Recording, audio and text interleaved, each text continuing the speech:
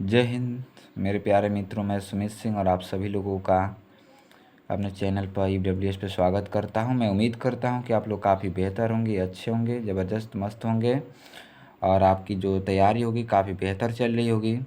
तो जैसे मैं अपने चैनल पे केमिस्ट्री का अति लघु प्रश्न का वीडियो बना कर डाल चुका हूँ और ये केमिस्ट्री का सेकेंड वीडियो है लघु उत्तरीय प्रश्न का क्लास 2 ओनली क्लास 12 के लिए मोस्ट इम्पॉर्टेंट क्वेश्चन या वो भी कितना 25 क्वेश्चन मैं लेकर आया हूँ एग्ज़ाम ईयर 2024 के लिए। आपके पेपर सेट के लिए काफ़ी मोस्ट हैं और ये 3 और 4 अंक का दोनों को ही मैं प्रश्नों को ऐड करके लेकर आया हूँ। जो आपके पेपर में 2 लघु उत्तरीय प्रश्न करता है, जो एक 3 अंक का होता है, एक 4 अंक का होता है, मैं दोनों को जोड़ के 25 क्वेश्चन लेकर आया हूँ जो आपके पेपर सेट में से कहीं भी जाने वाले नहीं हैं।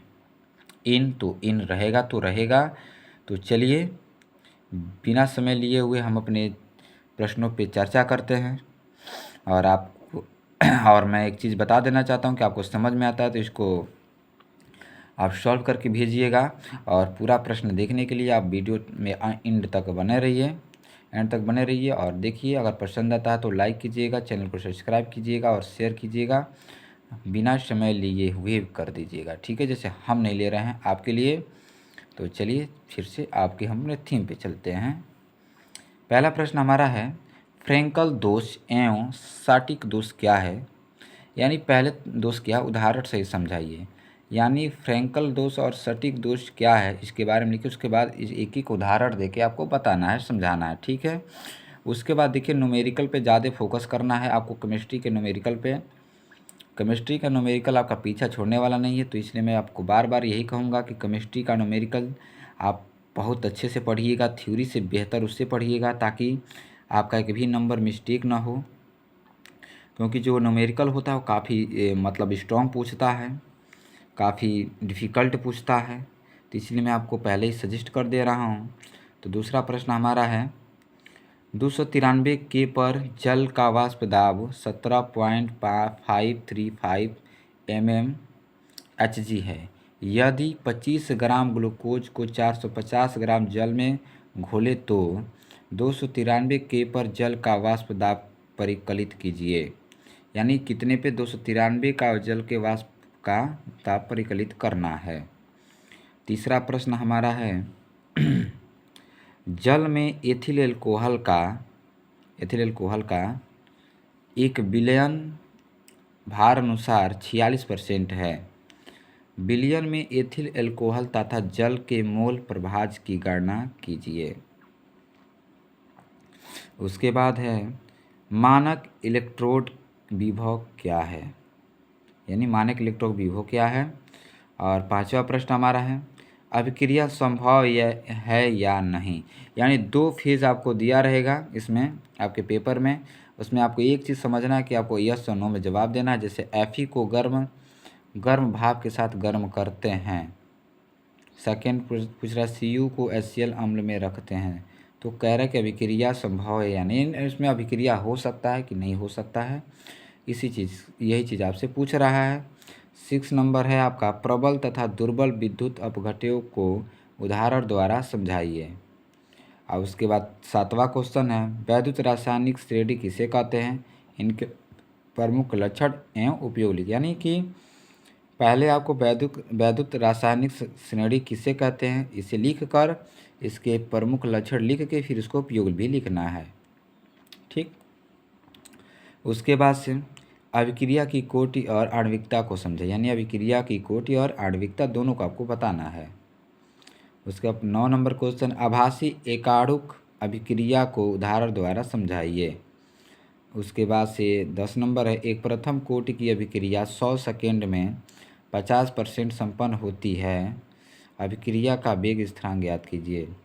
11 नंबर है हार्डी-सुलजे नियम पर संक्षिप्त टिप्पणी कीजिए, लिखिए सॉरी।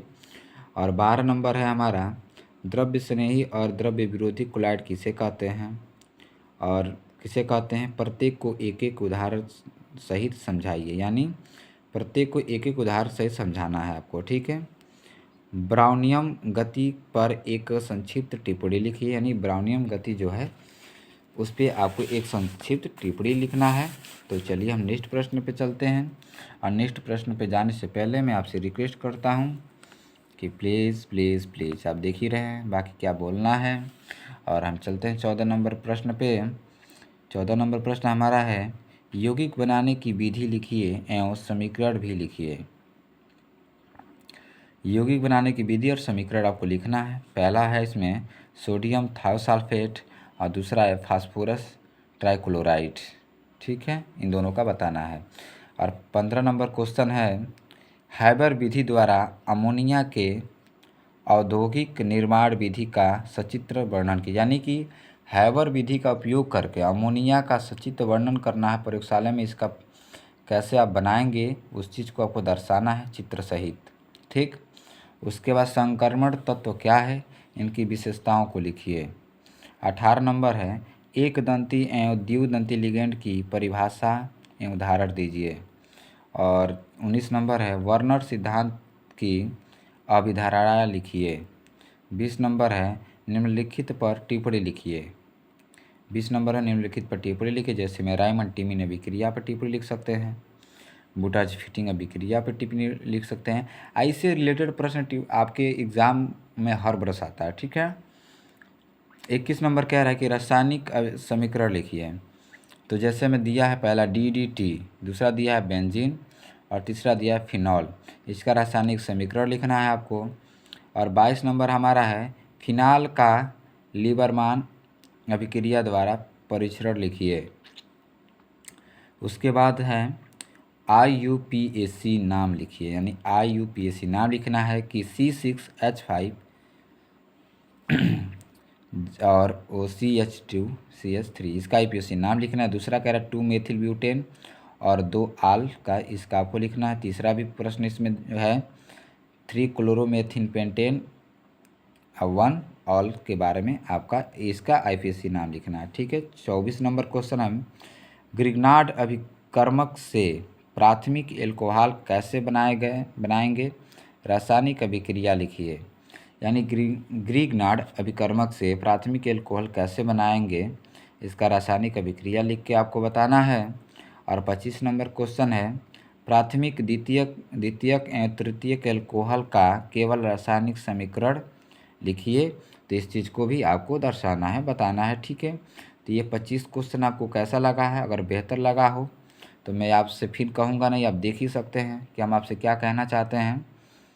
ठीक, तो बेहतर लगा हो तो आप वीडियो को लाइक, चैनल को सब्सक्राइब करना बिल्कुल मत भूलिएगा। और फिर हम आपसे नेक्स्ट प्रश्न वीडियो में अच्छे इसी प्रश्न के साथ मिलेंगे। और मैं हर सब्जेक्ट का प्रश्न अपने चैनल पे डाल रहा हूँ आपके एग्ज़ाम के लिए, ताकि आपका एग्ज़ाम डिस्टर्ब ना हो, आप ज़बरदस्त तैयारी करें। हम भी ज़बरदस्त आपके साथ जुड़े हैं। तो आपको ये प्रश्न अगर बेहतर लगा हो तो फिर से मैं आपको दोहराऊंगा नहीं कि आपको क्या करना है। तो चलिए फिर मिलते हैं आपसे नेक्स्ट वीडियो, तब तक के लिए जय हिंद।